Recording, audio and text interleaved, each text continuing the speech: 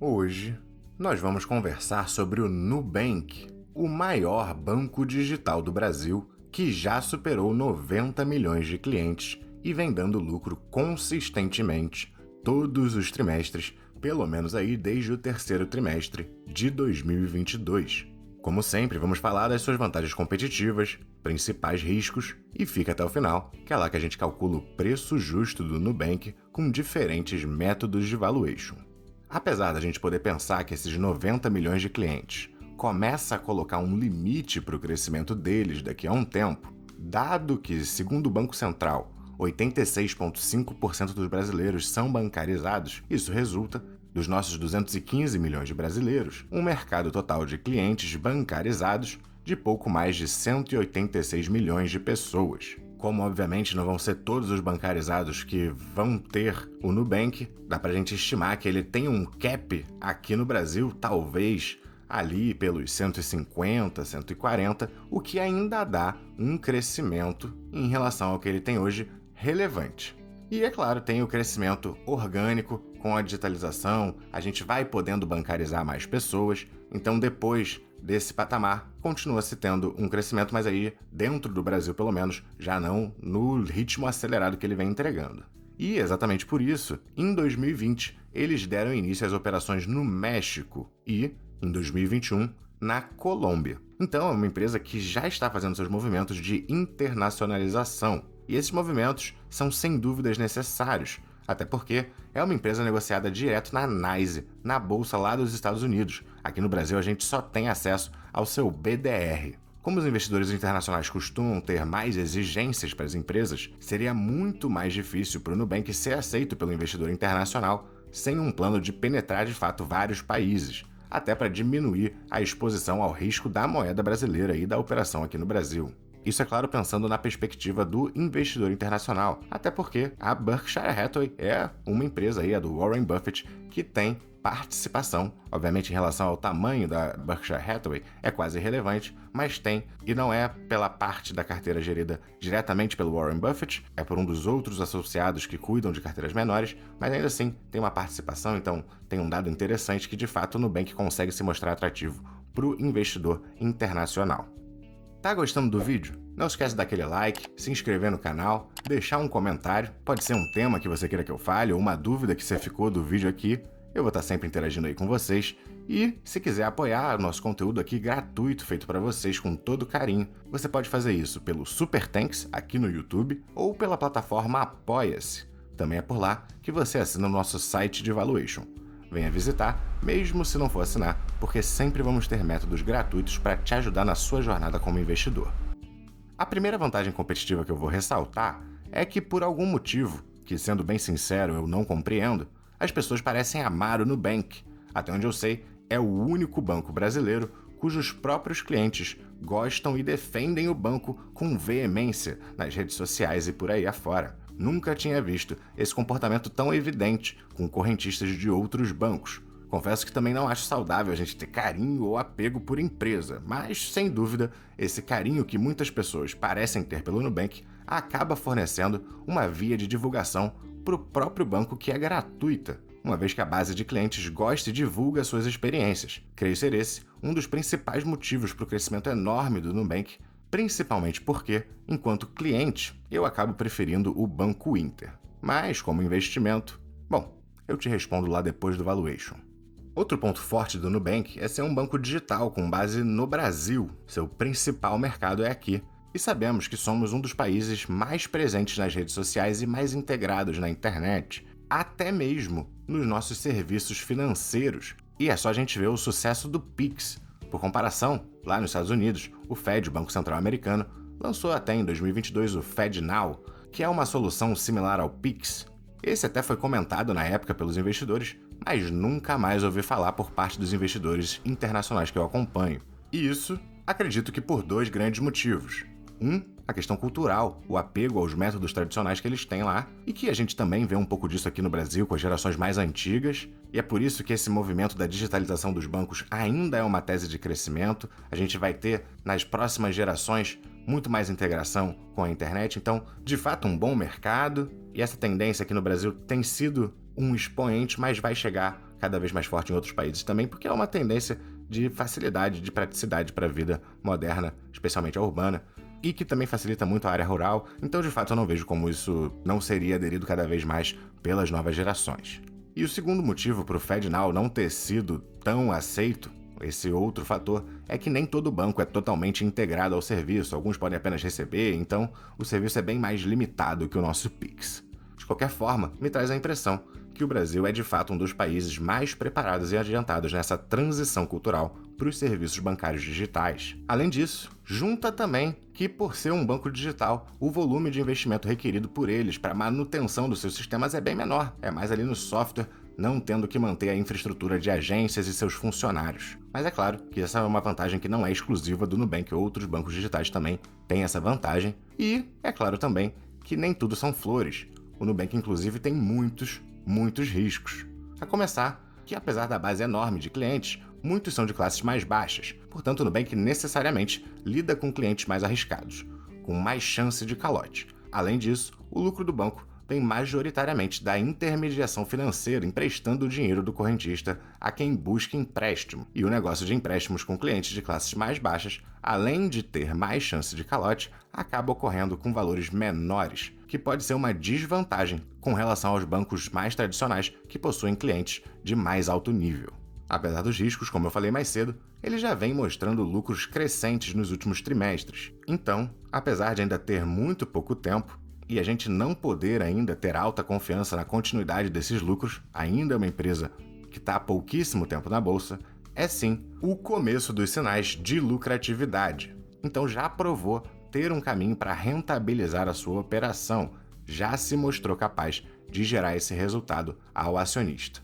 Eu, particularmente, mesmo em empresas arriscadas e de mega crescimento, dou preferência para aquelas que já mostram capacidade de dar lucro há pelo menos algum tempo. Caso você não se lembre, eu falei coisa similar no vídeo lá da Enphase, que ainda está numa entrada interessante para quem investe direto lá nos Estados Unidos. Recomendo esse vídeo, mas vou deixar ele lá para o final, porque eu quero ressaltar também, antes da gente passar para os resultados, para os indicadores e para o valuation, uma informação que é um pouco mais subjetiva, quase que uma anedota, que é que eu tenho visto muitos e muitos posts pela internet, seja Instagram ou Reddit, de gente com dívidas gigantes com o Nubank e muitos afirmando que não vão pagar, e de algumas pessoas parece até que uma tentativa de criar um movimento em prol disso. Obviamente o risco de calote é sempre calculado pelos bancos, e se eles vêm dando lucro e esse movimento já está acontecendo, parece que não vai se manifestar como um problema. Mas ainda é uma minhoquinha que o investidor tem que ficar pensando, e me faz pensar na possibilidade de, conforme ele seguir expandindo a sua oferta de crédito, ter que oferecer a clientes mais e mais arriscados, e eventualmente isso afetar os seus lucros. Mas, agora que temos uma ideia melhor do Nubank, vamos aos seus resultados, indicadores e, por final, culminando ali no preço justo e a minha conclusão. Crescimento de 4,8 milhões de clientes ano a ano, comparando os trimestres. Como ele é negociado lá na NYSE, ele divulga aqui em dólar, né? Então, só no quarto trimestre de 2023, 360,9 milhões de dólares. E esse crescimento enorme do lucro líquido mesmo, com apenas um crescimento de 38% nos seus depósitos e com uma inadimplência de mais de 90 dias, aqui estável em 6,1%, que é de fato alto, mas que é esperado para o tipo de cliente com quem o Nubank lida.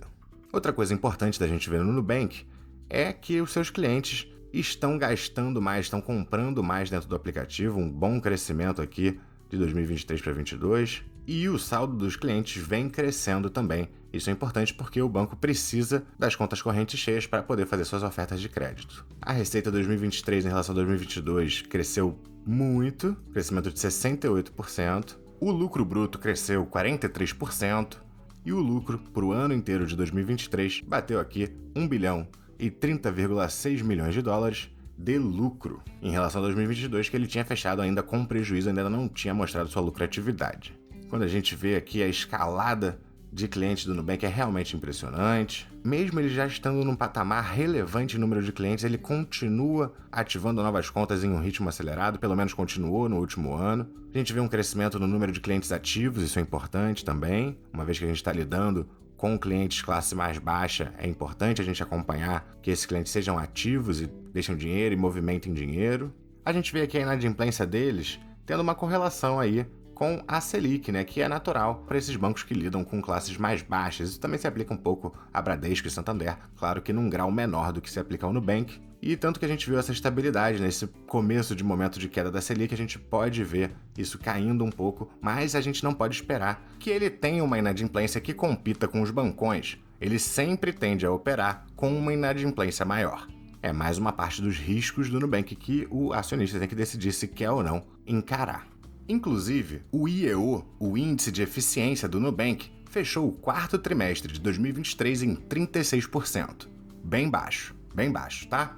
Outra coisa importante a gente ver que 82% da carteira de crédito do Nubank ainda é só ali de cartão de crédito, com mais 18% de empréstimo pessoal. Então, de fato, um dos empréstimos mais arriscados. A carteira de crédito deles, que é o que tem de valioso um banco, né, em termos de geração de resultado para o acionista, ainda é muito arriscada, apesar de ter mostrado um crescimento enorme. Aquilo que eu falei da continuidade dos problemas, a gente vê o saldo de renegociações cada vez subindo mais. Então, parece sim que eles estão conseguindo esse lucro em cima de mais risco, mas existe também a possibilidade deles conseguirem manter essa operação lucrativa e serem sim um bom investimento. Mas tudo indica que é um investimento de um risco muito alto no momento atual. Quando a gente olha o seu ROI para 2023, até que veio bom aqui, nos 18% e 21% de ROI ajustado, mas é um banco caríssimo. Só nos últimos 12 meses, no último ano, dobrou de valor, 117% de alta. Se a gente olhar desde as mínimas aqui que ele fez em 2023, mais para o começo, já acumulamos uma alta de 207%, então um momento muito arriscado de compra. Apesar disso, existe sim um potencial monstruoso no Nubank.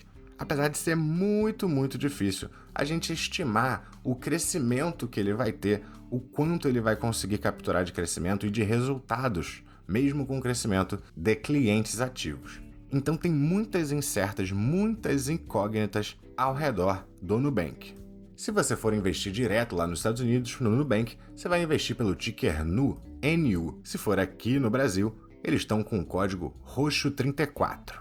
E pegando aqui os valores direto em dólares, ele está com um PL, um preço sobre lucro, de 51 vezes. Né? Então, sem dúvida, bastante esticado. Em termos de preço sobre fluxo de caixa livre, 41 vezes. Então a gente já sabe que muito provavelmente ele vai estar caro. Mas, no ano de 2023, ele teve um fluxo de caixa operacional de 1,2 bi, com um fluxo de caixa de investimentos bem pequenininho, de 177 milhões, que resulta num fluxo de caixa livre de 1 bi 89 milhões 186 mil dólares. Com uma taxa de crescimento que sinceramente é muito difícil de estimar, então eu vou apresentar o resultado para diferentes taxas para vocês terem uma noção da banda do preço justo dele.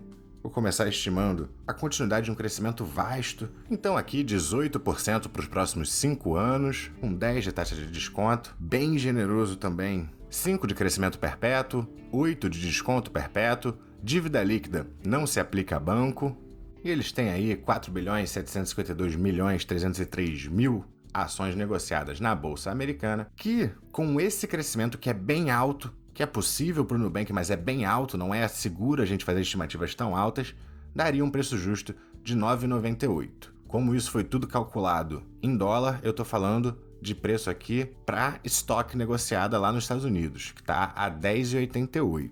Mas se ele tiver um crescimento um pouco menor que isso, um crescimento de 14%, que é um crescimento muito bom, mas que é abaixo do que está sendo esperado, já cairia para um preço justo de 8,77, ou seja, já sem margem de segurança. E por outro lado, muito improvável, tá? Mas vamos dizer aqui que ele consiga 30% de crescimento pelos próximos 5 anos. Com esse crescimento de 30% para os próximos 5 anos e os mesmos 5% de crescimento perpétuo, a gente chegaria num preço justo aqui de 14,43, que seria o limite do preço justo para aquele investidor muito otimista com o Nubank. Eu fico mais conservador e penso no seu preço justo mais ou menos de fato ali entre seus 9, 11, talvez 12 dólares. Então, ele não tem muita margem de segurança, é uma tese com bastante risco envolvido, mas para quem gosta da tese e quem está procurando empresas de mais risco, mas que também tem um potencial de crescimento bem interessante, o Nubank é mais uma das opções que eu já trouxe aqui no canal. Tem várias outras para você conhecer ainda, eu estou sempre trazendo, então não deixa de se inscrever e não deixa de dar o like nesse vídeo. Muito obrigado por assistir até aqui, bons investimentos e até a próxima!